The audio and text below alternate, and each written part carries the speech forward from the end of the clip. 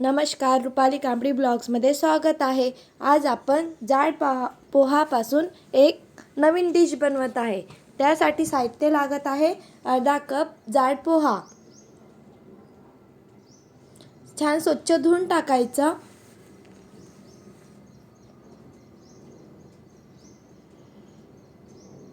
आणि पोहा भिजण्याकरिता थोडंच पाणी टाकायचं।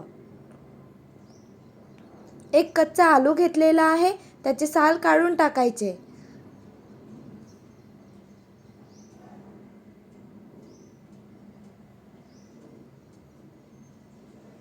साल काढून टाकलेले आहे, बारीक याच्यामध्ये कापून घेत आहे।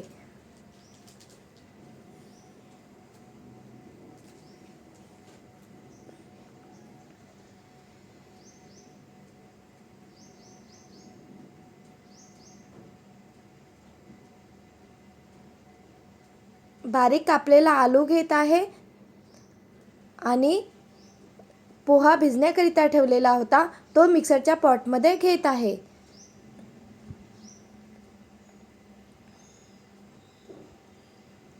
बारीक कापलेला आलू पाण्याने स्वच्छ धुवून टाकायचा।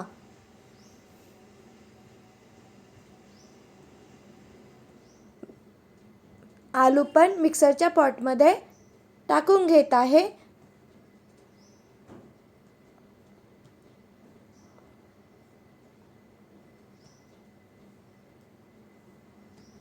मिक्सरमध्ये फिरून घेतलेला आहे।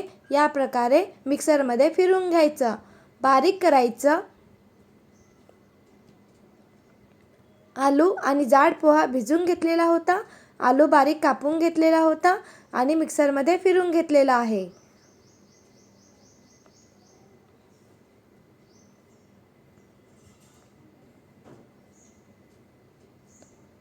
यामध्ये टाकूया 1 चम्मच जिरं,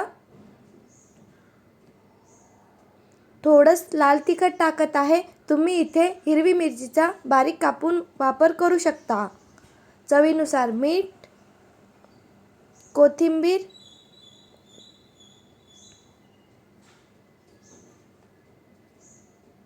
इथे मी मैदा घेतलेला आहे, थोडा मी मैदा टाकत आहे। तुम्ही इथे गव्हाचं पीठ पण टाकू शकता। पोहा खायच्या चम्मचनी 2 चम्मच मैदा टाकलेला आहे।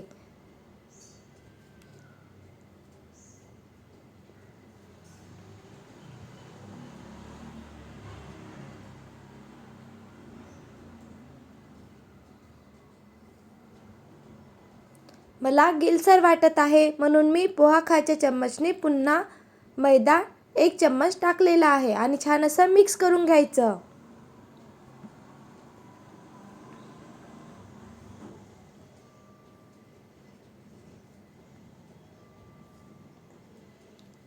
थोडाच मिरे पावडर टाकलेला आहे। मिरे पावडर टाकल्याने छान चव येतं। थोडंच टाकायचं, मिरे तिखट असतात। थोडीच तीळ टाकलेली आहे। तेल गरम होऊ द्यायचं आणि नंतरच तेलामध्ये जे बॅटर बनवून घेतलेलं आहे ते पकोडे म्हणून या प्रकारे तळून घ्यायचं।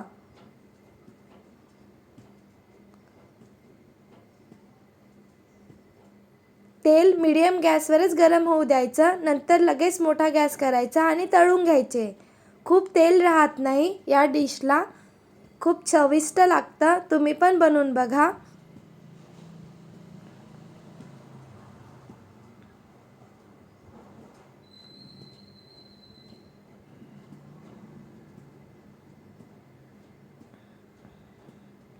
पूर्ण पकोडे मी टाकून घेतलेले आहे।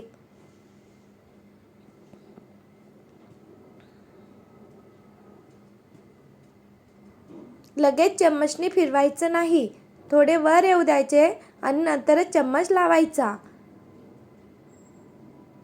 आणि फिरवत राहायचं। म्हणजे छान असा ब्राऊन कलर येतपर्यंत शिजू द्यायचं।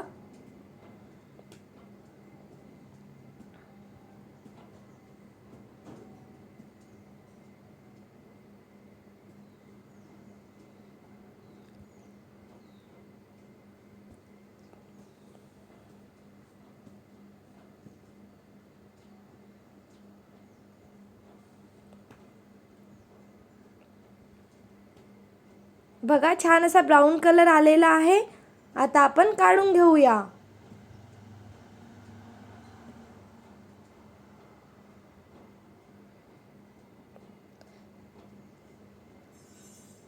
बघा जास्त तेलकट पण नाही झालेली, खूप छान अशी डिश बनलेली आहे. व्हिडिओ आवडला असेल तर प्लीज लाईक, शेअर, सबस्क्राईब